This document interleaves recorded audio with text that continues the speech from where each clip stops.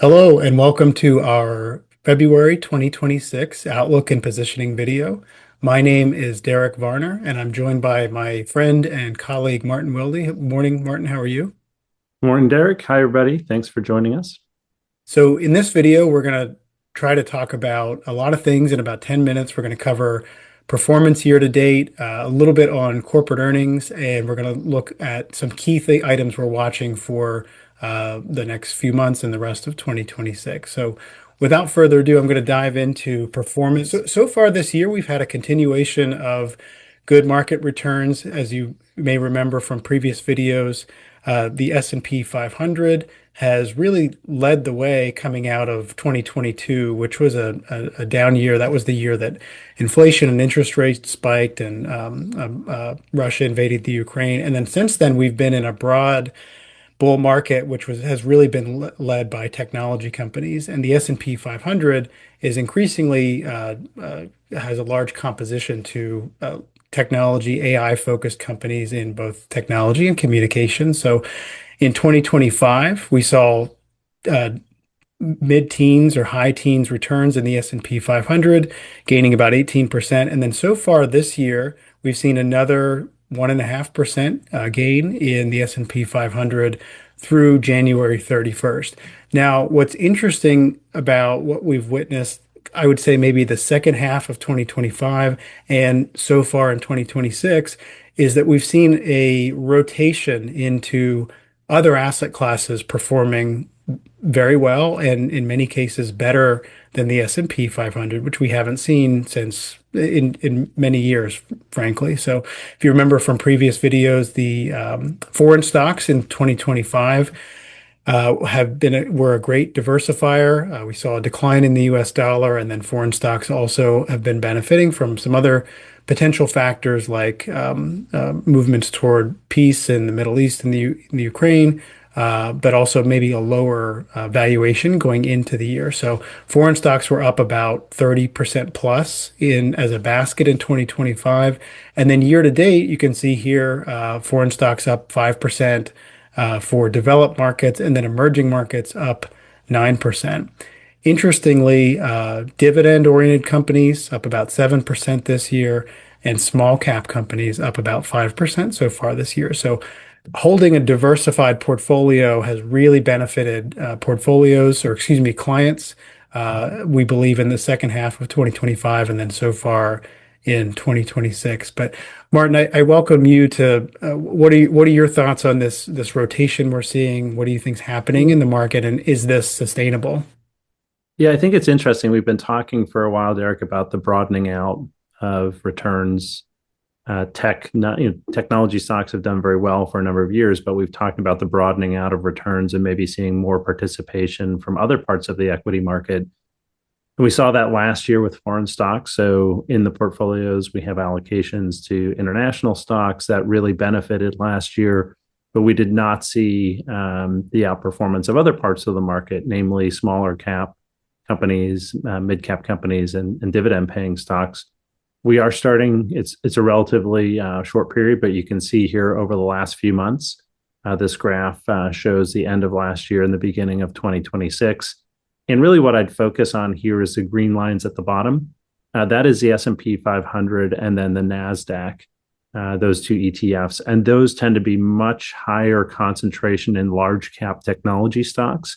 And you'll notice that over the last 3 months, although they're positive, those two indices have really, and in fact, the S&P is positive, looks like NASDAQ slightly negative, but those have really lagged the rest of the market in terms of participation. And we've seen more strength out of parts of the market that have really lagged over the last few years. I think it could be sustainable because those companies are also more attractively valued in general than large cap tech.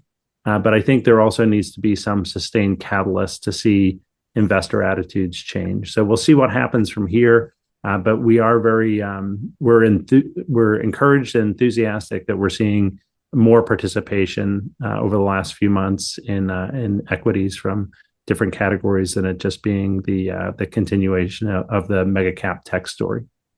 Yep, well said. And I think some of those catalysts that we're potentially looking out for 2026 and beyond would be, potentially an acceleration in economic growth, which could benefit small cap and value stocks. But I think more long term, we anticipate, or part of our thesis around artificial intelligence is that these tools will be able to be applied broadly across many types of industries, whether it be, financial services companies like ours, or healthcare, lots of traditional businesses that may be able to apply artificial intelligence to enhance efficiencies and profitability. And if the stocks themselves are already attractively priced, and then you see an acceleration in earnings growth or profitability, that could cause be a catalyst for a long-term sustained lift in those parts of the market, and to catch up to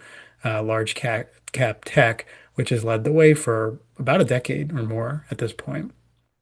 So I want to now shift gears to, we're in the middle of earnings season. So I wanted to shift gears to earnings. It's been generally positive so far. We've had through the end of January, we've had about maybe 25% of the S&P 500 companies have reported.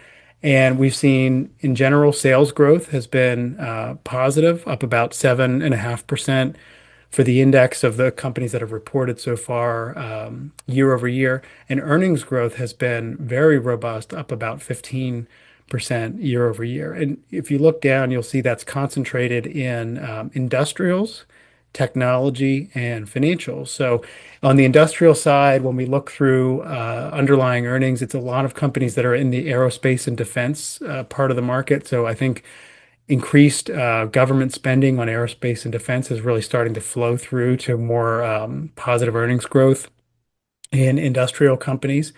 On the technology side, I don't think this is a surprise at all. This is really that uh, AI-focused earnings growth. Companies like NVIDIA, which are growing at a rapid rate, are driving technology earnings growth faster. And then on the financial side, I think we're seeing a thawing in business activity. So whether it's, companies and individuals borrowing and spending, or more trading activity, mergers and acquisitions activity, we've seen all of those things start to pick up.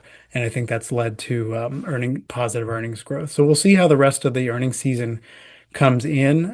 But importantly, we've also seen a very positive earnings surprise. So in other words, Wall Street analysts, or the consensus expectation going into the year, or into the quarter, was that earnings would be X, and they've been about 9.5% higher than that expectation. So I think that's helped to lift markets so far in 2026. But Martin, what have you seen in terms of earnings, either, at the broad macro level, or any individual companies that you think are worth highlighting? There's an old saying that stock prices follow earnings, and if you want to know, why the markets have done so well over the last few years, we've seen continued double-digit earnings growth, and we see that again happening in the first quarter, which is encouraging. I think as long as we can see companies continue to perform and grow earnings, that will provide some support to markets. Of course, it's also nice to see the earnings surprise that you pointed out. If you look at all of the different sectors, all green. So every sector so far reporting in the S&P 500 has had a positive surprise, and you don't often see that. So I'd say companies continue to not only deliver but exceed expectations. Great. So let's wrap up this month's video with our dials, as we always do. So we did not make any changes in the dials this month. I would say the areas where we're really heavily debating making changes would be on the household side. We have observed, and this is I think no surprise to a lot of the folks watching this video.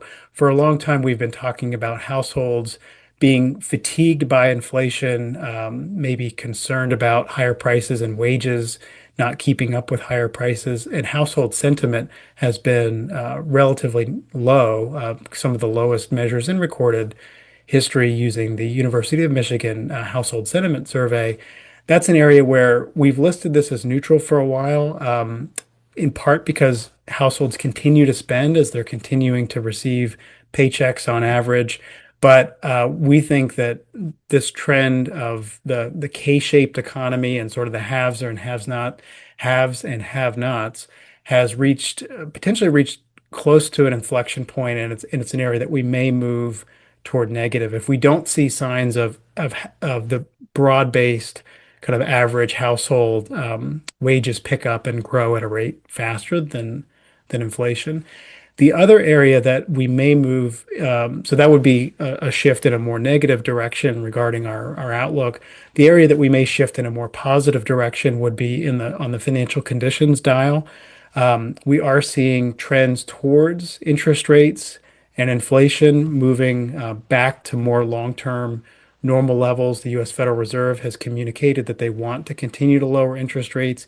I think inflation has been somewhat stubborn because there has been a very large build out in artificial intelligence infrastructure. And I think that's contributed to higher prices for resources, particularly things like industrial metals like copper that are used heavily in building out these tools. So inflation and interest rates we think are trending in the right direction. We didn't make a change for this month, but that's something we're observing. But Martin, any comments on the dials or any outlook that you want to provide for our audience as we close this month's video? Yeah, you summarized it well, Derek. The only thing I would add is in terms of areas of concern, valuations, especially in some of the mega cap tech stocks, are still relatively stretched. But the good news is there's plenty of opportunity in other parts of the market. And then, as you mentioned, we like to see an economy. The economic growth overall has been positive, pretty strong, above average, which is great. We would like to see, as Derek mentioned, broadening out of that participation. AI has really been fueling a lot of that growth with a lot of the spending on data centers and CapEx. It's been significant. We would like to see broader household participation too, and that would give us a little bit more confidence in the sustainability of that growth going forward. So, no, I think right now we'll keep watching how things are positioned and importantly, how companies continue to perform and make adjustments to portfolios accordingly. Great. Well, thank you everybody for watching. Please reach out if you would like to dive into any of these topics in greater detail, or if you'd like to talk about how they impact your specific portfolio. We appreciate you watching this video, and we look forward to connecting with you next month. Thank you. Thanks, everybody.